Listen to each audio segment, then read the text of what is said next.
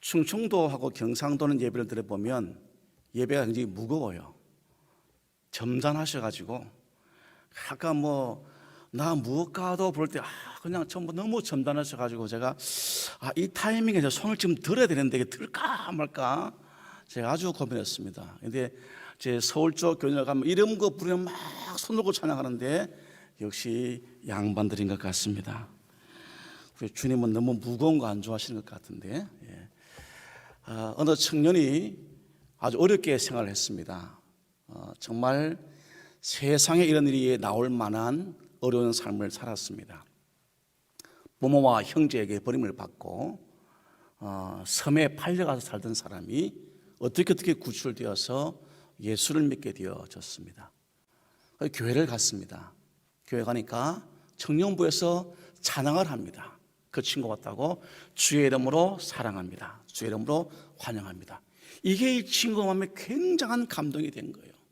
그래서 예배 끝나고 집에 갈 때마다 혼자 길거리에서 찬양합니다. 주의 이름으로 사랑합니다.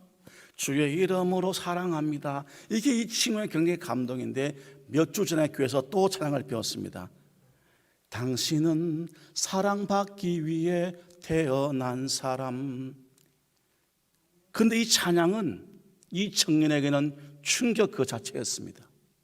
버림받아 살아왔는데 어떻게 내가 사랑받기 위해 태어났다는 것인가, 이게 충격이 되어서 통곡을 했습니다. 하지만 그 찬양이 감동스러워서 이제 집에 갈 때 두 곡을 부르게 되었습니다. 어느 날 저녁에 청년들이 백팩을 잘 메지 않습니까? 가방을 어깨에 메고 가는데 강도가 나왔습니다. 가방 벗어, 돈 내놔. 이 친구가 당황해 버렸습니다. 너무 당황했습니다.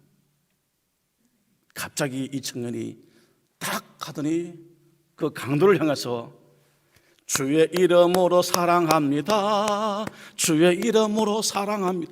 이 강도가 얼척이 없지 않습니까? 그래 가만히 지켜본 칼 들고 그게 이제 노래가 1절이 다 끝나버렸어요. 강도가 묻습니다. 끝났나? 저 하나 더 있는데요. 빨리 해라 빨리. 다 손을 밀고 당신은 사랑받기 위해 태어난 사람. 강도한테 이 찬양을 부르는 겁니다. 이 정신 나간 강도가 끝까지 다 듣는 거예요. 끝까지. 둘 다 미쳤지요. 근데 노래가 딱 끝났습니다. 강도가 칼을 땅에 탁 던지더니 와서 그 청년을 끌어안습니다. 그리고 이렇게 합니다. 감사해요. 깨닫지 못했었는데. 이 강도가 누구죠? 이 강도가 누굴까요? 어쩌면 저와 여러분일 수 있습니다. 예수를 믿지만 마음에 상처가 있거나 삶의 위기 가운데 잠시 신앙을 내려놓았던 사람일 수 있습니다.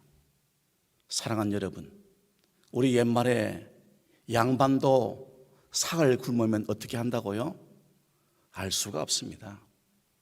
내가 삶의 현장에서 어떤 아픔과 어떤 역경이 처하면 극단적 선택을 할 수 있습니다.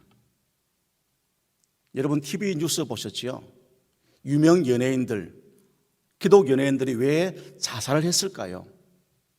우리는 과연 자살한 사람에게 돌 던질 수 있을까요? 누가 감히 그들에게 돌 던지면서 너 지옥이나 가라 라고 외칠 수 있겠습니까? 우리가 그 상황에 처하지 않았더라면 아무도 그 사람을 정죄할 수가 없지 않겠습니까? 이 강도는 바로 우리일 수 있다는 것입니다. 이런 연약한 심정을 가지고 있고 늘 깨어지기 쉽고 강도로 돌변할 수 있는 저와 여러분을 주님이 사랑하신 줄 분명히 믿습니다. 우리를 선택해 주셨습니다. 우리에게 복을 주셨습니다. 믿음을 주셨습니다. 은혜 주신 줄 분명히 믿습니다. 그래서 지금 이 자리에 예배하는 줄 믿습니다. 교회 입구에 딱 들어오니까 비대면 예배라는 글씨가 크게 있더만요. 이거 누가 만든 단어입니까? 저 비대면 예배란 말은 이렇게 해석되어집니다. 비정상 예배. 우리는 대면 예배를 강요하는 것이 아니고 정상적 예배를 드리는 것입니다. 믿습니까? 비록 정부가 우리를 예배를 방해한다 할지라도 우리 마음에는 대면 예배 강행이 아닙니다. 언론도 그렇게 표현하면 안 됩니다. 정상적 예배를 정상적으로 진행하고 드리는 것입니다. 정말 코로나가 속히 잠이 들고 한국 교회가, 세계 모든 교회가 마음껏 주를 찬양하는 날이 속히 올 수 있기를 간절히 원합니다. 자, 사랑하는 여러분, 요즘 이단과 사이비가 참 많은데 또 제가 전공이 이단 사이비 때려 부수기인데 우리 교단이 2월 첫 번째 주일을 이단 예방주를 지키고 있습니다. 그래서 이단 이야기를 하나 하고 본문 얘기를 하고자 합니다. 신천지와 관계된 이야기인데 이런 질문을 합니다. 여러분 한번 답해 보시겠습니까? 자, 태초에 하나님이 천지를 창조하셨습니다. 믿습니까? 아멘. 첫째 날 뭐 만드셨죠? 첫째 날. 제가 기타를 참 좋아하는데 우리 기타 치시는 형제님, 교역자예요, 그냥 형제님이세요? 예, 청년? 예. 첫째 날 뭐 만드셨죠? 예? 예? 빛. 아, 감사합니다. 이 훌륭한 친구예요. 훌륭한 친구. 다른 교회 가면 이걸 모르는 사람이 있더라고요. 예. 창세기 1장인데. 자, 빛을 만드셨습니다. 그런데 1장 2절에 보니까 땅이 혼돈하고 공허하며, 땅 언제 만들었죠? 여러분, 땅 언제 만들었죠? 땅이 혼돈하고 공허한 게 말이 돼요? 땅이 아니고 사람의 마음이에요. 땅은 사람의 마음. 마음이 혼돈하고 공허한 거예요. 왜? 빛이 없으니까. 믿습니까? 아멘 하면 신천지 가는 겁니다. 그렇게 우리를 속이는 거예요, 여러분. 자, 제가 한 말에 힌트가 다 있습니다. 창세기 1장 1절 다 같이 암송해 볼까요? 시작. 태초에 하나님이 무엇을?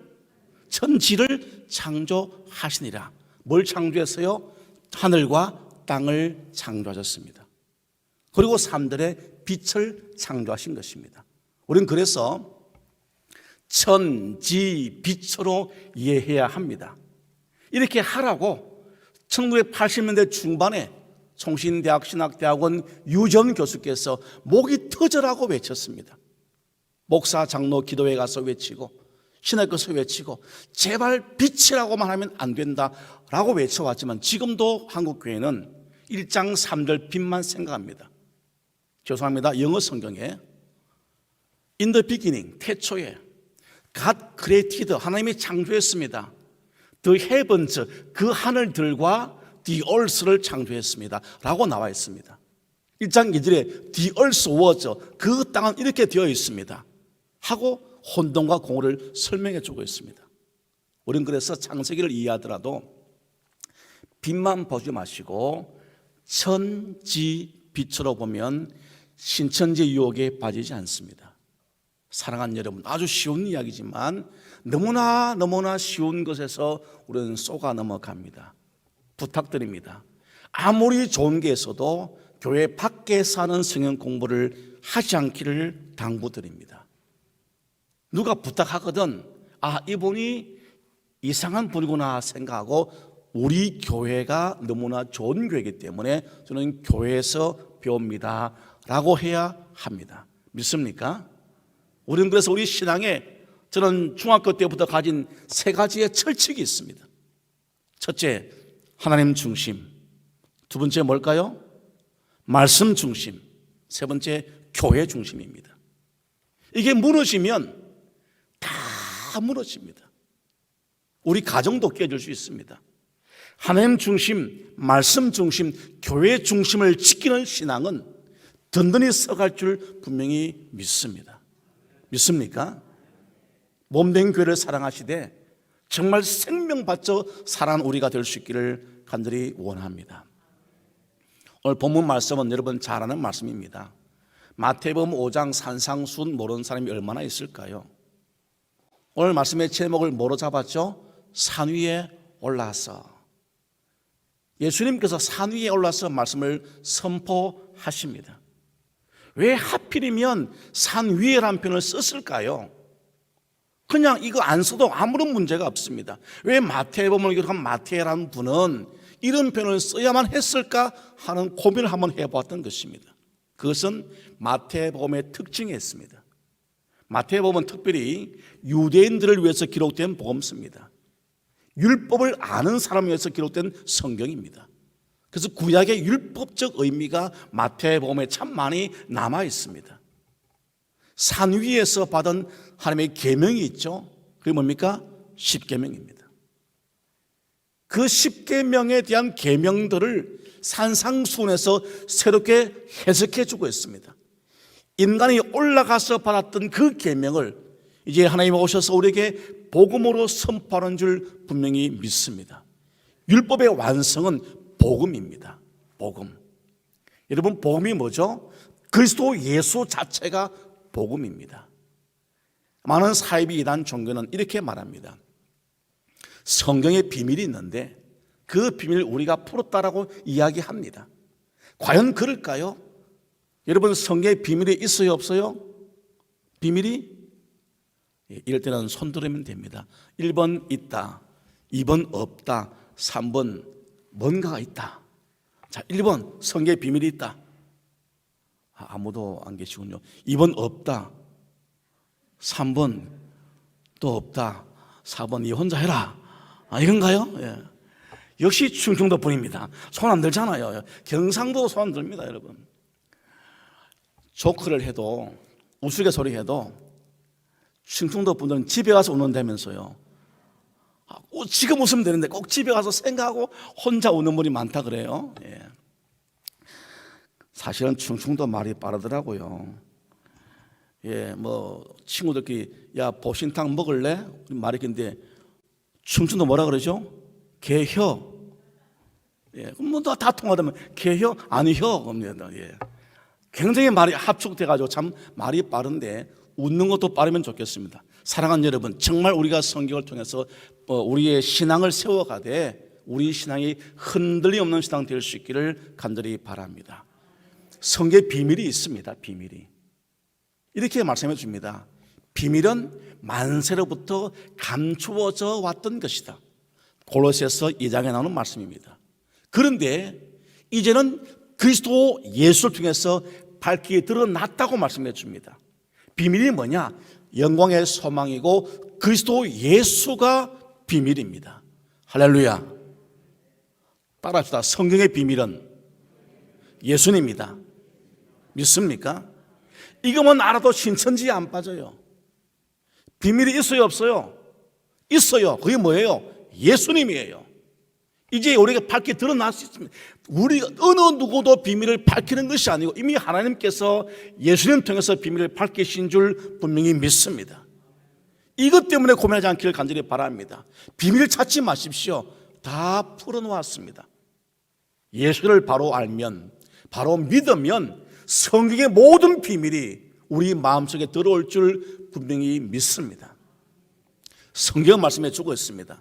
하나님의 기이한 능력으로 우리 마음속에 은혜를 주시는 줄 분명히 믿습니다. 내가 받고 싶어 하는 것이 아닙니다. 오늘 제가 저희 교회에서 설교할 때 이 말을 했지만 여러분, 요즘 정부에서 재난 문자 보냅니다. 그러시죠? 누구나 휴대폰에 그냥 들어옵니다. 내가 수신 거부해도 들어옵니다. 주님의 은혜는 우리가 수신을 거부해도 들어오는 문자와 보다 더 힘있게 우리를 찾아올 줄 분명히 믿습니다. 내가 감히 저항할 수가 없습니다. 은혜를 떠나갈 수가 없습니다. 주께서 아무 대가 없이 우리 심령에 은혜로 함께할 줄 분명히 믿습니다. 그 은혜 때문에, 그 사랑 때문에, 그 감격과 감동 때문에 몸과 생명 다하여 교회를 섬기는 우리가 될 수 있기를 간절히 원합니다. 사랑하는 여러분, 마태복음 5장, 6장, 7장 이르러서 이것을 산상수훈이라고 이야기합니다. 산에서 허락하신 너무나 귀한 보배로운 말씀이죠. 이 산상수훈이 저와 여러분의 보물, 보배가 될 수 있기를 주의 이름으로 축원합니다. 성경 읽다가 잘 이해가 안 되면 복음서를 찾아서 읽게 되어집니다. 복음서가 이해 안 되어지면 산상수훈에 들어와서 예수님께서 어떻게 말씀하셨는가를 집중적으로 연구하면 답이 보일 때가 참 많이 있습니다. 예수님의 가르침이 우리에게 너무나 귀한 가르침이 주어진 것들이 참 많이 있습니다. 사랑하는 여러분, 교회를 다니면서 주님이 하신 그 말씀이 우리의 삶에 얼마나 녹아져 왔으며 얼마나 삶에 실천되어져 왔습니까? 주님 말씀하시죠. 원수를 사랑하라. 원수를 위해서 저주하랍니까? 기도하랍니까? 기도입니다. 우리는 어떻게 하죠? 저 원수 한 번 틀어지면 왜 교인들은 이게 화목이 안 되지요? 이게 교인인가요? 이게 성도인가요? 또 성도 교인이니까 또 있겠지만 하여튼 예수를 믿는다면 치고받고 싸워도 해가 지기 전에 노를 풀어야 할 줄 믿습니다. 믿습니까? 이게 성경 아닙니까? 고린도후서 5장 17절 우리는 새로운 피조물입니다. 이전 것은 다 지나갔습니다. 우리 주신 사명은 화목하는 사명입니다. 할 수 있거든 화목하라 그랬습니다. 그런데 우리 교회는 화목하지 못하죠. 저나 여러분이나 우리 마음 가운데 공허한 마음이 있지 않습니까? 이거 풀지 않고 어떻게 내가 복음과 함께 한다라고 말할 수 있겠습니까? 복음은 뭐라고요? 그리스도 예수입니다. 복음이 내 마음에 있다면 예수님이 계신데도 불구하고 내 마음속에 여전히 당짓기와 원수 맺기와 술수와 불평, 불만, 원망, 근심, 걱정 가득하다면 다시 돌아봐야 하지 않겠습니까? 내가 예수 믿고 있는 것인지, 내가 정말 예수 믿는 것인지 돌아봐야 하지 않겠습니까? 사랑하는 여러분, 다시 말씀드려보죠. 이단에 빠진 사람들, 신선지에 빠진 사람들 우리가 돌 던질 수 있을 것 같습니까? 저는 감히 말합니다. 아무도 돌 던질 수가 없습니다. 저는 신선지에 빠진 사람을 참 많이 만나봤습니다. 만나본 결과 첫째, 불쌍하다. 이단에 빠진 사람들은요, 그들은 말합니다. 말씀이 좋아서 갔다고 말합니다. 거짓말입니다. 무슨 말씀이 좋아요? 개떡 같은 말씀인데 왜 간지 아십니까? 교회에서 받은 상처가 크기 때문입니다. 가정에서 받은 상처가 크기 때문입니다. 어떤 여자분을 만났습니다. 학력이 초등학교도 안 나왔습니다. 무학입니다. 신천지에 갔더니 당신은 이 세상의 모든 박사보다 뛰어났습니다라고 자기를 높여주는 것입니다.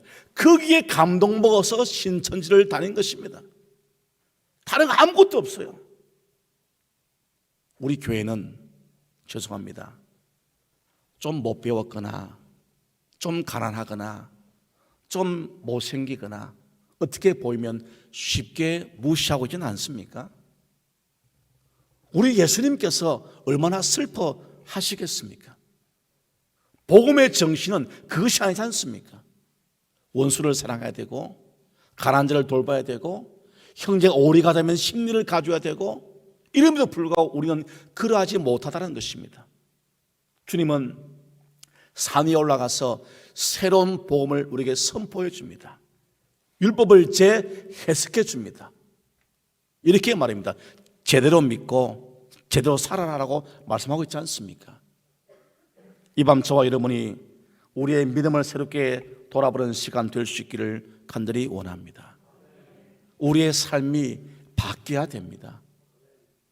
복음 찬양 가운데 이런 찬양이 있죠. He's changed me. 그분께서 나를 바꾸어 놓았습니다. 믿습니까? 우리 모두가 변화된 삶을 살아야만 됩니다. 우리는 과거가 없습니다. 미래가 없습니다. 예수 믿으면서 오늘밖에 없습니다. 오늘 이 시간, 바로 지금 이 시간이 내 삶을 변화시키고 완전히 새로운 사람 만들 수 있는 복된 시간 될 수 있기를 간절히 원합니다. 옆 사람의 문제가 아닙니다. 나의 문제입니다. 나의 문제. 이런 우스갯소리가 있습니다. 어느 큰 교회 예배 시간에 보니까 갑자기 사모님이 보따리를 들고 강단에 올라와서 이불을 펴고 맞게 살림을 차리는 거예요. 이게 왜 그러냐니까는 사모님 말씀이 목사님 저는 여기가 좋사오니 집에 가면 당신과 내가 싸우고 늘 다투는데 교회만 오면 당신이 천사와 같으니 내가 여기서 살기 원한다 하고 여기서 살림을 차렸다는 것입니다. 우리 아픈 현실이죠. 성도의 가정에서 기쁨과 감사가 없고 다툼이 있다면 여기가 좋은 거죠. 교회에서는 안 다투니까. 저는 목사이기 때문에 목사님 이야기를 합니다만 우리 삶의 현장에서 예수님이 산상수훈에서 말씀하신 이 복음의 능력 있는 다이나믹한 복음의 능력이 우리 삶의 현장에 적용되어지고 있습니까? 사랑하는 여러분, 기도하고 계십니까? 우리 주님은 이 산상수훈을 통해서 우리에게 기도를 말씀해 줍니다. 바리새인처럼 하지 말라고요. 죽은 분 하지 말라고요. 정말 골방에서 기도라고 말씀해 주고 있습니다. 우리의 기도가 회복될 수 있기를 간절히 원합니다. 그것이 우리가 사는 길입니다. 우리 아들, 딸들에게 아무리 잔소리해 보십시오. 안 변합니다. 주님이 하시면 됩니다. 주님께 맡겨보지 않겠습니까? 우리 아들은 내 것이 아니고 우리 딸은 내 것이 아닙니다. 주님의 자녀입니다. 그러므로 주님이 책임지실 줄 분명히 믿습니다. 제가 조금 전에 식사하면서 들으니까 어저께 이 교회에서 노회 장로회 총회에서 교회 수석 장로님 주부에 보니까 있던데 최성종 장로님이 장로회 회장이 되시다고 그러시는데 오늘 이게 참 안타깝게도 안 오셨다고요. 오셨으면 제가 인터뷰해가지고 장로심에 실어드릴 텐데 나중에 장로님들 한번 연락하셔서 하시면 우리 수석 장로님 인터뷰해가지고 신문에 한번 내드리면 참 좋겠습니다. 교회 자랑도 될 수도 있고 본인에게도 좋은 기회가 되리라 생각을 합니다. 사랑하는 여러분, 교회는 할 수 있으면 예수님의 산상수훈의 정신을 본받아야만 합니다. 특별히 내 마음에 안 드는 삶을 향하여서 이 말씀이 내게 적용될 수 있기를 간절히 원합니다. 교회는 인내하는 겁니다. 무조건 참는 겁니다. 제가 아는 선배 목사님이 정말 사랑과 정성으로 교회를 섬겼는데 너무나 이분이 신실하시고 동네에서 다 인정하는 분이신데 교회에서 쫓겨났습니다. 왜냐하면 어떤 여인이 아기를 맡겼습니다. 그 편지를 맡기면서 아기를 맡긴 편지에다가 목사님의 아이입니다라고 맡겼습니다.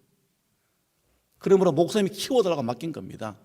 그 편지의 전체 의도는 내가 이 교회에 나오는 출산 성도인데 부득이하게 어떤 말할 수 없는 형편으로 아이를 낳았는데 이 교회에다 바치니까 목사님의 아이라고 생각하고 아이를 키워달라고 맡겼는데 그분의 표현이 서툴다 보니까 목사님의 아이라고 쓰는 표현 때문에 목사님이 살림을 차려가지고 성적인 죄를 지어가지고 여자가 있었는데 아이 낳고 도망갔다 이렇게 소문난 겁니다.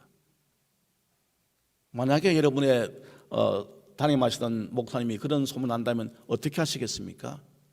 목사님 끝까지 모시겠습니까? 쫓아내겠습니까?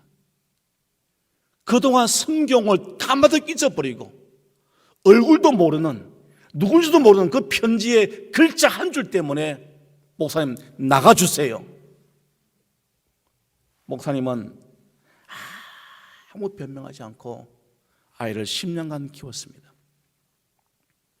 10년 뒤에 엄마가 찾아와서 목사님 우리 아이 돌려주세요 하고 교회를 찾는데 교회에 목사님 안 계신 거예요. 그게 물었더니 이런 일이 있었다는 거죠. 엉엉 울면서 그런 게 아니라고 내가 좀 어쩔 수 없는 상황에서 아기를 낳았는데 맡기려고 생각하니까 우리 목사님처럼 인격적이고 사랑이 많고 이해해주고 다 용서하는 그분에게만 맡기고 싶어서 내가 맡긴 건데 내가 표현이 잘못된 거라고. 목사님과 아무런 관계가 없다고 엉엉 울면서 용서를 구하고, 그제서 교인들이 목사님 잘못했습니다, 돌이킬 수 없는 상처를 목사님에게 준 것이지요. 사랑하는 여러분, 교회를 다니면서 예수를 믿으면서 오늘 말씀이 말하는 신령에 관한 자가 안 되기 때문에 원망하는 겁니다. 그리고 그분에 대해서 함부로 예단하고 함부로 평가하고 욕하는 것입니다. 성도끼리 어떤 죄를 지어도 그냥 덮어주십시오.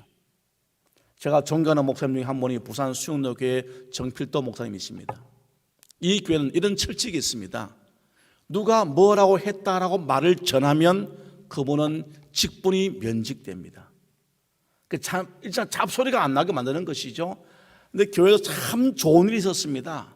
한 2년 지난 것을 사모님이 들었습니다. 너무 좋아가지고 목사님, 우리 교회에 글쎄 이런 일이 있었대요 라고 누가 그러더라고 하니까 목사님이 누구한테 들었어?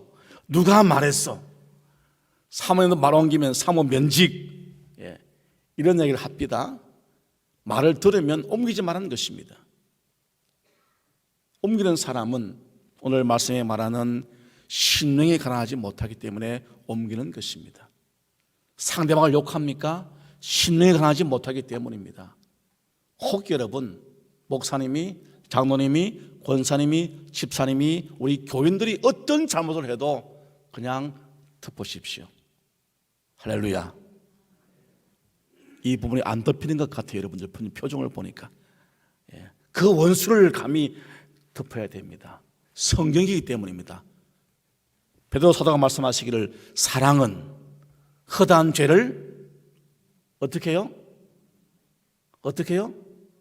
덮는다. 성경은 똑부러지게 알아요.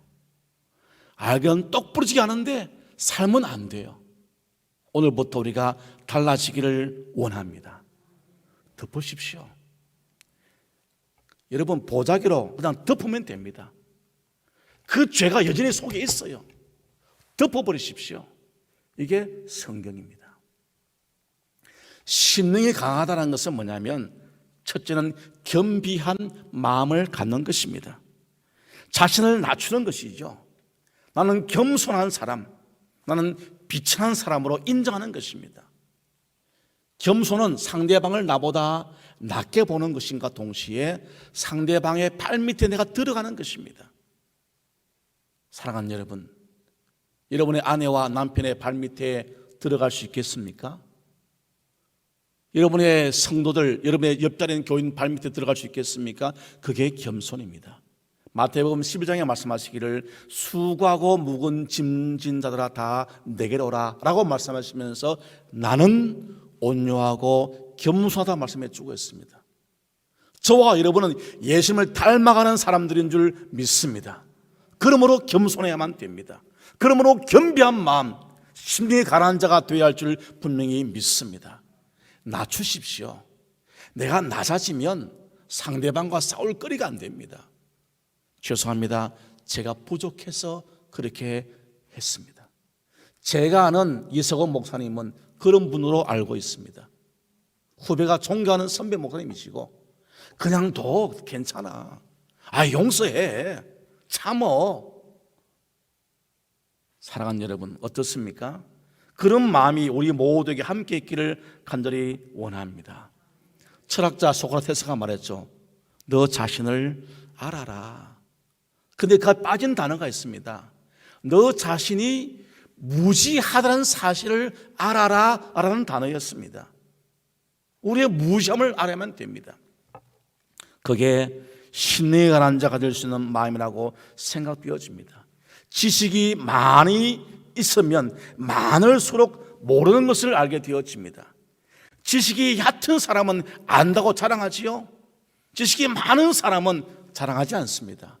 옛말에 곡식이 익으면 고개를 숙이지 않습니까? 빈 깡통이 요란한 거 아니겠습니까? 우리가 정말 믿음을 바로 가지게 되어진다면 우리가 겸손한 자가 될 줄 분명히 믿습니다. 겸비한 마음, 이것이 바로 신령이 가난한 자이고, 두 번째는 통회의 마음입니다. 애통하고 회개하는 마음입니다. 누가 회개합니까? 죄 지은 자만 회개하는 것이 아니고 죄를 짓도록 만든 사람도 회개해야 되고 우리 모두가 회개해야 할 줄 분명히 믿습니다. 이 통해는 가슴 아픈 후회입니다. 그때 내가 참았어야 되는데, 그때 내가 그러면 안 되는데 가슴 치며 하는 후회가 통해입니다. 이게 심령이 가난한 자라는 것입니다. 사랑하는 여러분, 나라와 민족을 생각하면서 가슴을 치면서 회개해야 하지 않겠습니까? 주님, 우리가 잘못했습니다. 한국교회가 잘못했습니다. 뭘 잘못했죠? 소금과 빛으로 살지 못한 것을 회개해야 하지 않겠습니까? 왜 교회가 욕을 먹어야 됩니까? 우리가 회개할 겁니다. 통회해야만 합니다. 마음이 가난한 사람은 먼저 하나님 앞에 나가서 내가 죄인임을 인정하는 것입니다. 내 부족함을 고백하는 것입니다. 천부여 의지 없어 손 들고 옵니다. 주님, 저는 죄인입니다. 인정하는 자가 심령이 가난한 자인 줄 분명히 믿습니다. 그 사람이 복이 있습니다. 집에서라도 사회에서라도 내 잘못 인정하는 사람은 복이 있습니다. 사랑하는 여러분, 통회하지 않겠습니까? 통회 자복이 안 되는 것은 교만한 증거입니다. 용서가 안 되는 사람 교만한 증거입니다. 겸비치 못한 사람 교만한 사람입니다. 회개치 못한 사람 교만한 사람입니다. 성경은 말합니다. 교만한 사람은 망한다고요. 넘어진다고요. 우리 인생에서 넘어지거나 망하지 않기를 주의 이름으로 축원합니다. 그러기 위해서라도 우리는 심령이 가난한 자가 될 수 있기를 간절히 원합니다. 잘못을 인정하는 것은 용기가 필요합니다. 용기가 필요합니다. 부모가 자식에게 아들아, 딸아 미안해 쉽지 않지요. 그러나 부모도 용서를 고해야 할 때가 있지 않습니까? 자녀가 부모에게 어머니 미안해요, 아버지 미안해요 이걸 잘 못하지 않습니까? 해야 합니다. 그것이 진정한 믿음의 용기인 줄 분명히 믿습니다. 며느라 미안해, 시어머니 죄송해요. 왜 이걸 못하지요? 예수를 믿으면서. 제가 어느 집사람의 이야기를 들으면서 한편 이해되지만 한편 좀 답답한 일이 있었는데 이렇게 말합니다. 은혜 받기 전의 상황입니다. 은혜 받기 전에는 이렇게 했답니다. 어버이날 교회에서 목사님이 부모를 공경하라 라고 설교하면 앉아서 이렇게 합니다. 네가 우리 집 와서 한 달만 살아봐라. 우리 시엄마가 어떤 줄 아냐? 한 달만 살아보고 나한테 그 말 해라. 이렇게 했답니다. 은혜가 안 되니까. 은혜 받고 나니까 그렇게 바가지를 끌고 괴롭히고 아프게 하고 마음에 생채기 내고 정말 그 상처남에 똥을 뿌리던 그 시어머니가 불쌍하게 보이고 사랑스럽게 보이고 정말 존경하게 되라. 왜? 내가 깨어지니까. 할렐루야. 문제는 나에게 있습니다. 내가 겸손해지니까, 내가 통해 자복되어지니까 그 시어머니의 그 모든 것이 이해가 되어지다는 것입니다. 그랬더니 시어머니가 그렇게 잘해줬다는 것입니다. 사랑하는 여러분, 심령이 가난해야 복이 있습니다. 겸비한 마음, 통해의 마음. 세 번째, 성결의 마음이 필요합니다. 성경 말합니다. 내가 거룩하니 너희도 거룩하라. 할렐루야. 믿습니까? 우리를 뭐라 그래요? 성도라 그래요. 거룩한 무리, 거룩한 백성이래요. 우리가 거룩한 게 뭐가 있나요? 뭐가 거룩하나요? 우린 죄인인데요. 우리가 죄가 있지만 그리스도 예수의 보혈로 말미암아서 거룩해 하신 줄 분명히 믿습니다. 우리 속에, 이 질그릇 속에 보배로운 주님이 계시기 때문에 거룩한 줄 믿습니다. 날마다 우리가 성결할 수 있도록 기도하고 몸부림치는 삶을 살아야 할 줄 분명히 믿습니다. 죄로 인해서 마음이 타락하고 부패하고 어두워졌습니다. 더러움이 가득합니다. 예레미야 17장 9절 말씀에 만물보다 거짓되고 심히 부패된 것이 사람의 마음이라고요. 우리 마음이 그렇습니다. 그러나 주께서 우리를 사랑하시고 복 주셔서 우리 마음에 성령을 부어주시면 회복될 줄 믿습니다. 사랑하는 여러분, 성결해지지 않겠습니까? 날마다 쳐서 복종시키고 이기기를 원합니다. 죄와 싸워서 이기되 주님 말씀처럼 피 흘리기까지 죄와 싸워서 이겨보십시다. 내 마음에 있는 미워하는 마음과 싸워서 이겨보십시다. 지금에 살아오면서 혹시 용서치 못한 사람이 있습니까? 이 밤에 그의 이름을 부르면서 용서를 선포하기를 주의 이름으로 축원합니다. 한 가지 원리가 있습니다. A라는 사람이 나의 철천지 원수입니다. 내 마음이 용서가 안 됩니다. 자다가도 그 사람 생각하면 잠이 벌떡벌떡 깨고 분노가 일고 참지를 못합니다. 용서가 안 됩니다. 그러면 내가 은혜가 받을 수 있겠습니까? 못 받습니다. 용서치 못한 그것이 내게 사슬되어서 내 손을 묶고 있습니다. 놓으면 됩니다.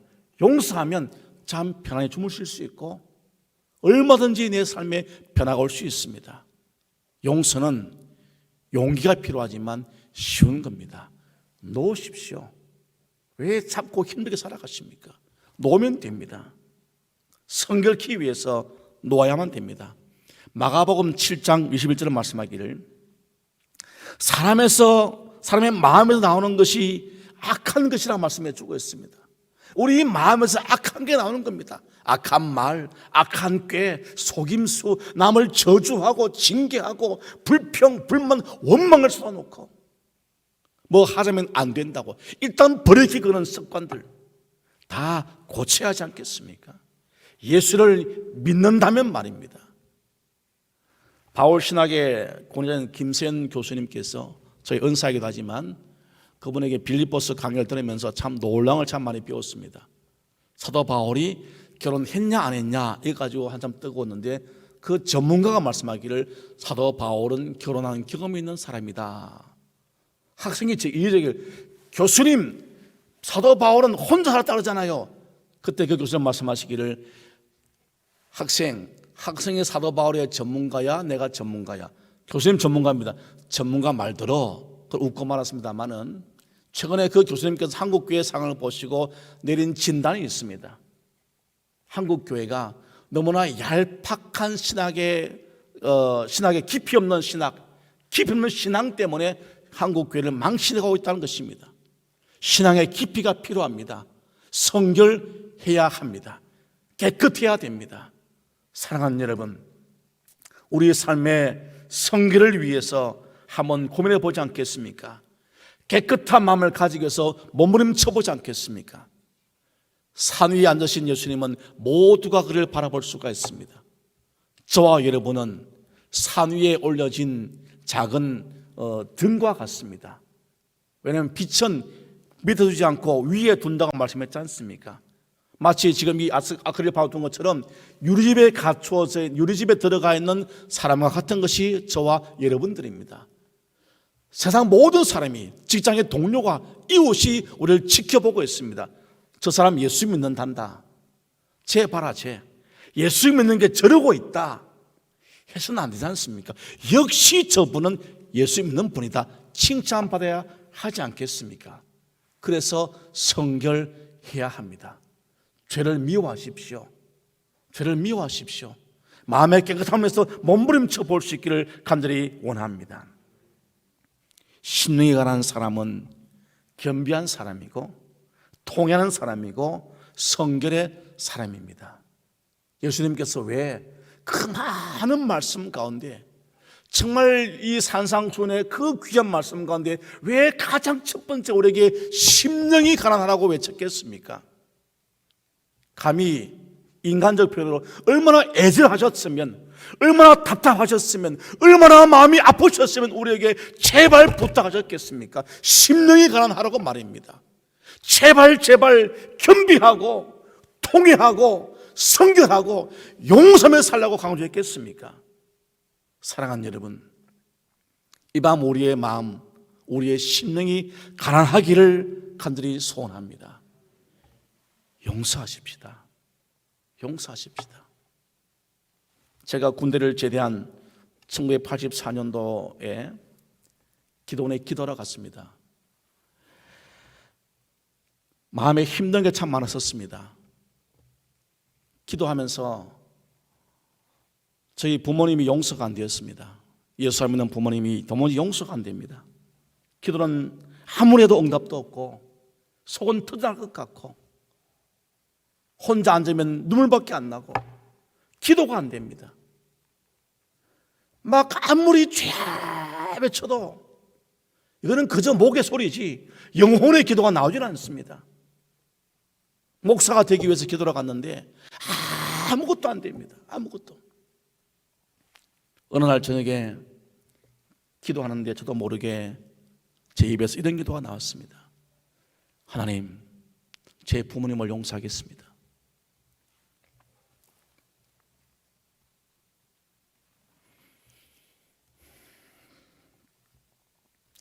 제가 교회 간다고 저를 몽둥이로 때리던 아버지를 용서하겠습니다.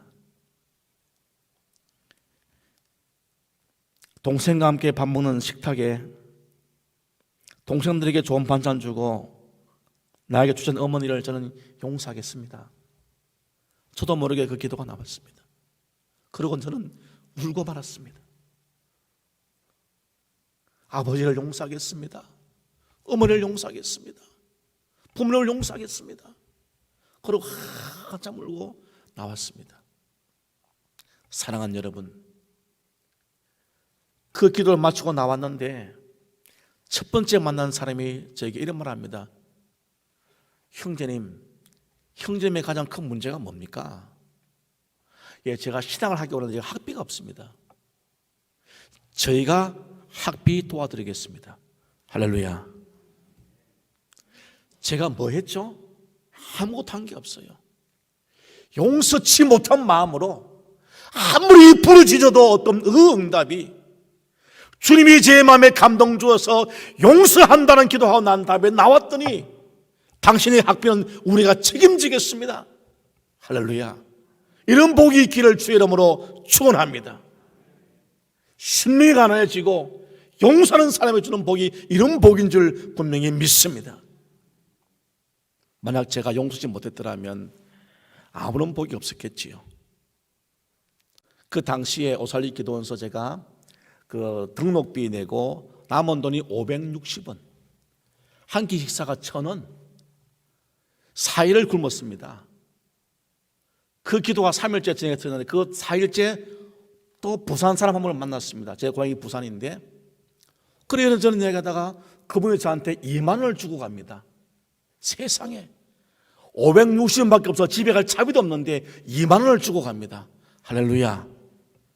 용서하면 우리가 상상치 못했고 준비치 못한 응답이 허락될 줄 분명히 믿습니다. 이 밤 심령이 가난한 자가 되어서 먼저 용서하십시다. 원수를 위해 축복기도 하십시다. 겸비한 마음이 되면 그것이 가능합니다. 통의 마음이 되어지면 다른 사람 죄가 보이지 않고 내 죄가 보입니다. 내가 눈물로 회개하게 되어집니다.